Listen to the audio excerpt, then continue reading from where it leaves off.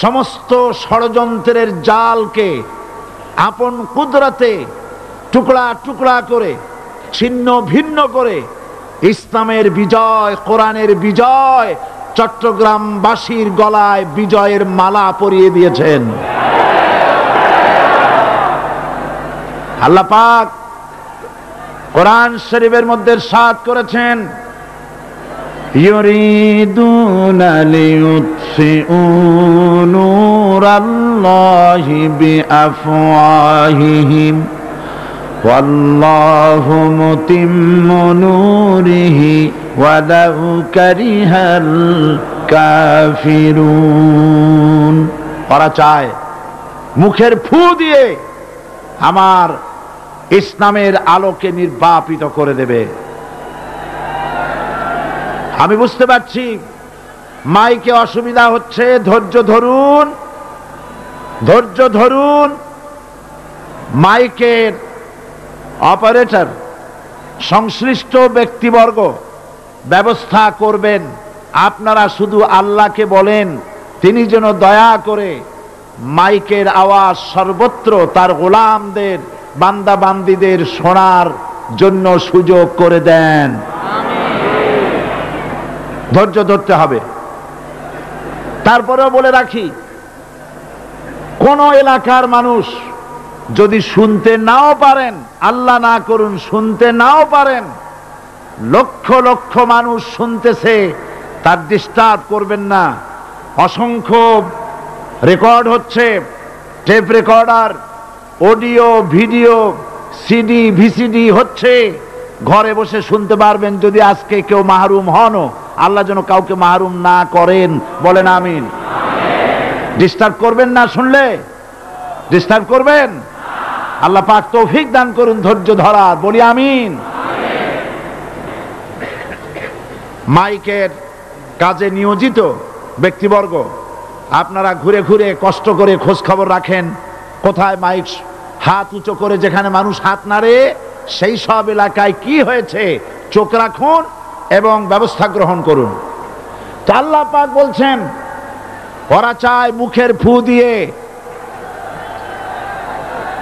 শুনতে পারবেন। থামেন, শুনতে পারবেন, অপেক্ষা করেন। আল্লাহ পাক বলছেন মুখের ফু দিয়ে ওরা আমার আলোকে নির্বাপিত করতে চায়, কিন্তু আমার আলোকে তারা নির্বাপিত করতে পারবে না। আমি আমার দ্বীনকে পূর্ণতা দান করব। জোরে বলেন আলহামদুলিল্লাহ। কবি বলছেন, সাথে যা কার রহা হ্যায় अज़ल से ता इमरोज, साथे जा का रहा है अज़ल से ता इमरोज, चरागे मुस्तफा भी से शरारे बुलाबिस। সেই আবহমান কাল থেকে শুরু করে মুহাম্মদ সাল্লাল্লাহু আলাইহি সাল্লামের চেরাগকে, ইসলামের আলোকে নিভিয়ে দেওয়ার জন্য আবু জাহেলের গোষ্ঠীরা চিরকাল চেষ্টা করেছে। আল্লাহ পাক তাদের এই বাতিলের সৃষ্ট টর্নেডো, গর্কি, জলোচ্ছ্বাস, ঘূর্ণিঝড়কে সবকিছু উপেক্ষা করে মুহাম্মদ সাল্লাল্লাহু আলাইহি সাল্লামের ইসলামের, আল্লাহর ইসলামের চেরাগকে, বাতিকে জ্বালিয়ে রেখেছেন। জ্বলছে, জ্বলবে, কিয়ামত পর্যন্ত কেউ নিভাতে পারবে না।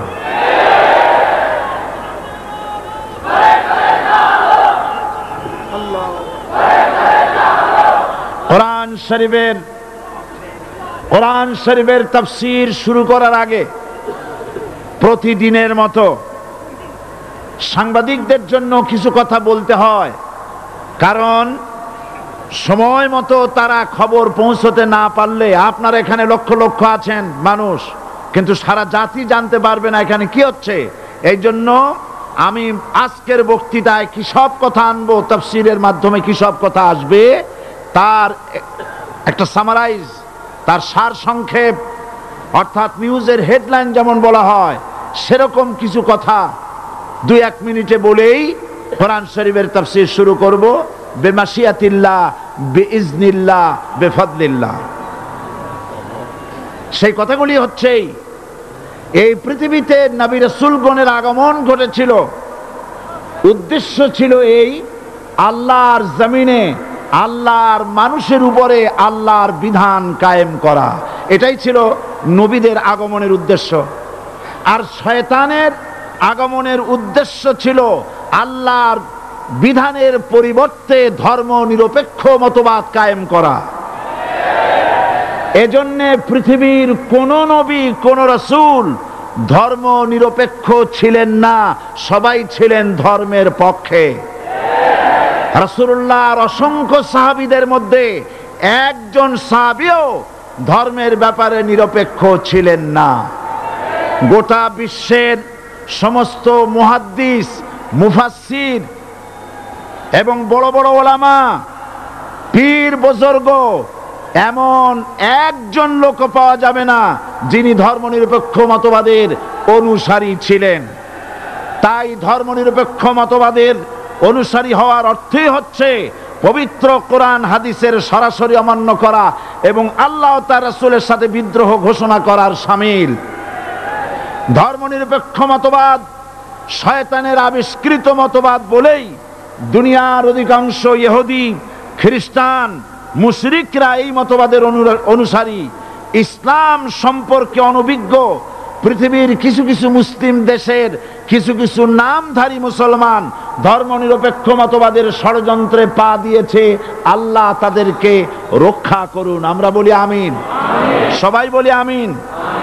বিশ্বের সমস্ত বিধানগুলোতে সেকুলারিজম, ধর্মনিরপেক্ষ মতবাদের অর্থ করা হয়েছে ধর্মহীনতা এবং ধর্ম বিরোধিতা। এর বাস্তব দৃষ্টান্ত আমরা দেখতে পাই বর্তমান যে সরকার আছে, তাই সেই সরকারের আমলের ভিতরে আমরা এই জিনিসটা দেখতে পাই। সত্য কিনা বলেন? সত্য কিনা বলুন? এই দলটির নাম ছিল আওয়ামী মুসলিম লীগ। এই দলটির নাম ছিল কি? আওয়ামী মুসলিম লীগ। তখন তারা নারায়ে তাকবীর, আল্লাহু আকবার ধ্বনি দিত, স্লোগান দিত। কিন্তু ধর্মনিরপেক্ষ মতবাদ দলীয় আদর্শ হিসাবে গ্রহণ করার কারণে নারায়ে তাকবীর, আল্লাহু আকবার এই স্লোগান তারা বর্জন করেছে। 1972 সনে যখন তারা ক্ষমতায় এলেন, তখন সংবিধানের শিরোনামে মুসলিম প্রথা সিদ্ধ বিসমিল্লাহির রহমানির রহিম তারা পরিত্যাগ করেছিল। সমস্ত বিশ্ববিদ্যালয়ের মনোগ্রাম থেকে ইকরা বিসমি রাব্বিকাল্লাযী খালাক রব্বি জিদনি ইলমা এটাকে তারা বাদ দিয়েছিল। সলিমুল্লাহ মুসলিম হল এই নাম থেকে মুসলিম শব্দ বাদ দিয়েছিল।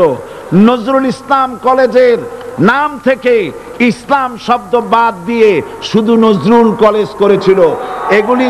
এগুলি অসত্য না সত্য?